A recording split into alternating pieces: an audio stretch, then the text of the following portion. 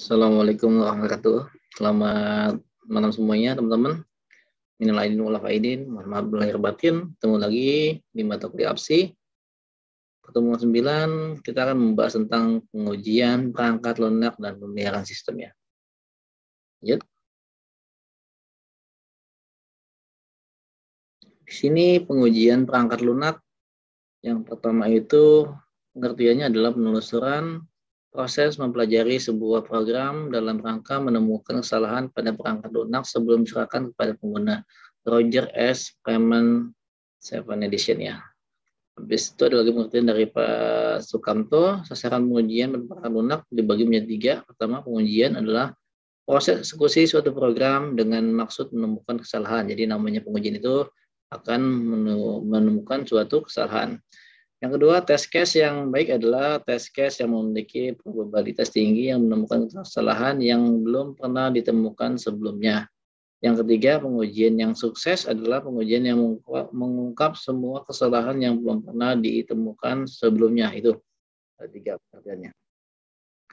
Pengujian perangkat lunak, di mana karakteristik umum dari pengujian perangkat lunak adalah yang pertama, pengujian dimulai dari awal level modul yang bekerja ke arah integrasi pada sistem berbasiskan komputer.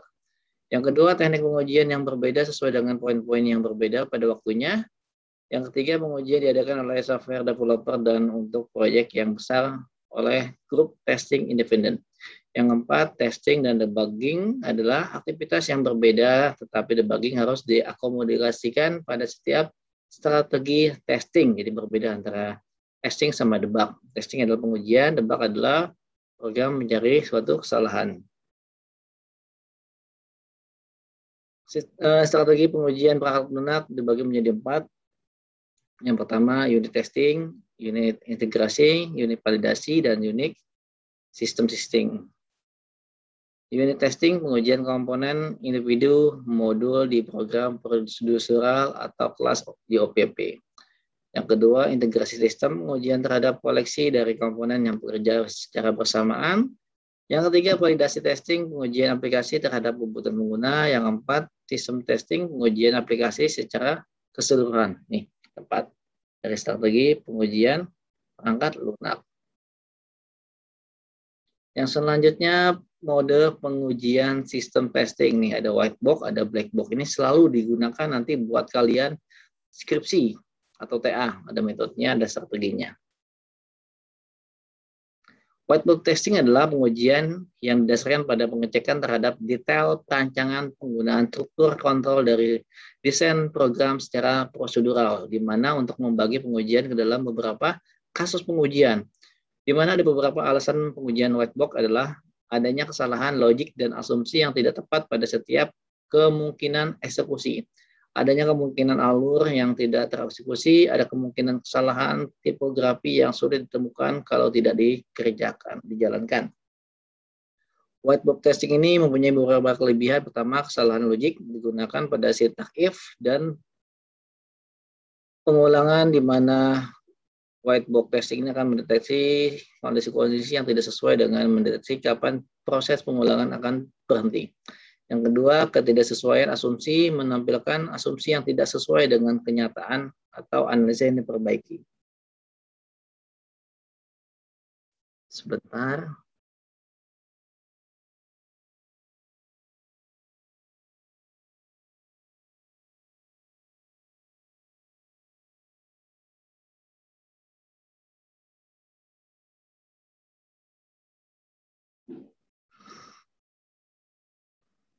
Maaf, selanjutnya. Kedua, ketidaksesuaian asumsi menampilkan asumsi yang tidak sesuai dengan kenyataan ini, di mana analisa akan diperbaiki. Yang ketiga, kesalahan ketik mendeteksi bahasa pemrograman yang bersifat case sensitif. Kelemahan dari white box testing ini untuk perangkat lunak yang tergolong besar adalah white box testing dianggap sebagai strategi yang tergolong boros karena akan melibatkan sumber daya yang besar untuk melakukannya. Sekarang tes black box testing. Nah, ini yang sering digunakan untuk pengujian nanti tugas akhir, di mana menurut Sukamto dan Salahuddin 2015, black box testing yaitu menguji perangkat lunak dari segi spesifikasi fungsional tanpa menguji perangkat lunak. Jadi fungsinya aja tanpa menguji perangkat lunaknya dari segi spesifikasi fungsional tanpa menguji desain dan kode program. Kelebihannya dapat membeli subnet test secara efektif dan efisien, jadi menguji secara fungsional dari sistemnya. Dapat menemukan cacat. Kedua, yang ketiga, dapat memaksimalkan testing investment. Kelemahannya, tester tidak pernah yakin apakah perangkat lunak tersebut benar-benar lulus uji. Jadi, yang namanya tester ini nggak benar-benar yakin untuk perangkat lunak atau software ini benar-benar lulus nggak sih dalam uji tersebut itu. Perbedaannya antara white box system dan black box system. White box system secara struktural dilakukan oleh penguji yang mengetahui tentang Q&A, melakukan testing pada program aplikasi di mana meliputi test code, design, security, flow, dan software failure. Yang ketiga dilakukan seiring dengan tahapan pengembangan software dan pada tahapan testing. Sementara black box system dan fungsional dilakukan oleh penguji independen. Yang pertama. Yang kedua dilakukan pengujian berdasarkan apa yang dilihat, hanya fokus terhadap fungsionalnya saja, teman-teman. Pengujian lebih lanjutnya ditunjukkan pada desain software, di mana sesuai dengan standar reaksi yang terdapat celah-celah atau bug. Yang ketiga dilakukan setelah white box testing. Jadi white box dulu baru black box testing. Ini contoh pengujian black box dari aplikasi. Nanti gue tes nih aplikasinya secara masukin user password benar apa enggak. Kalau benar nanti outputnya apa, notifnya apa. Nih, ini ada nanti black box system pada tugas akhir. Nanti ketika admin masukin password, hasilnya apa? Oh ternyata periksa username password Anda salah. Muncul nggak tuh sesuai apa tidak itu notifnya yang diharapkannya? Ada di tes 1-4. Selanjutnya adalah pemeliharaan sistem, di mana sistem perlu dipelihara atau mungkin perlu di-maintenance, di mana sistem memiliki kesalahan yang dulu belum terdeteksi, sehingga kesalahan itu perlu diperbaiki. Mungkin ada bug-nya apa, perbaiki. Sistem mengalami perubahan karena permintaan baru, ya biasanya ada namanya permintaan baru yang tidak diakomodasi oleh sistem, makanya ada namanya pemeliharaan sistem. Yang ketiga, sistem mengalami perubahan karena perubahan lingkungan yang karena proses bisnis, contohnya bisa tadinya proses bisnisnya dari A ke B ke C, langsung dari A ke C. Yang selanjutnya, sistem perlu ditingkatkan. Oke, terima kasih. Sistem perlu ditingkatkan.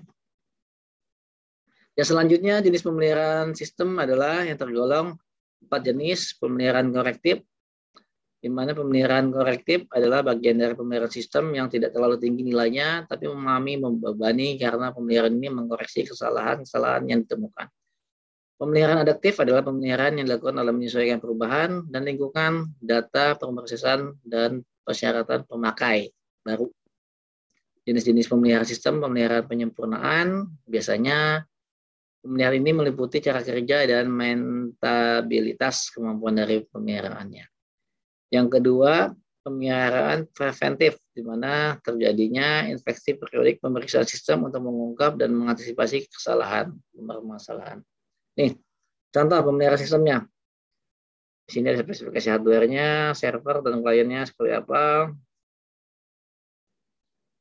Nah, ini juga sama software klien. Yang pertama, software hardware nih, software sama spesifikasi softwarenya, mungkin ada perubahan dari aplikasi PHP-nya, naik versi atau pemakaiannya, atau mungkin browsernya tadinya minimumnya Google Chrome 2.0 ternyata bisa diupdate ke 3.0. Nah, latihannya ada 5, silakan kalian kerjakan di sistem. Saya tunggu sampai jam 21.45.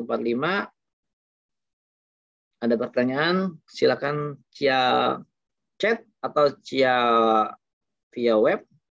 Kurang lebih saya ucapkan terima kasih. Selamat malam. Assalamualaikum warahmatullahi wabarakatuh. Salam sehat teman-teman ya. Jaga kesehatan, sukses selalu.